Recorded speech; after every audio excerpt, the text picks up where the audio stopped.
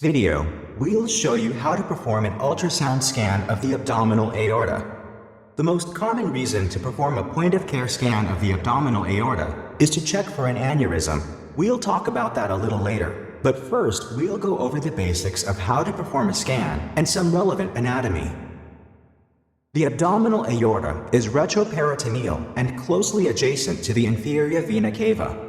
We will be scanning the aorta in the short axis, otherwise known as the transverse plane. We can use a curvilinear or phased array probe for these scans. Short axis view. Place the probe just under the xiphoid process, with the probe indicator pointing to the patient's right side. Pushing the probe down firmly can improve the image by displacing any overlying abdominal gas. You can now clearly make out two anechoic structures lying just anterior to the hyperechoic vertebral body and its large acoustic shadow. To the left of the image, just to the right of the patient's midline, is the inferior vena cava, which we'll refer to as the IVC from now on. To the right of the image, just to the left of the patient's midline, you can see the abdominal aorta.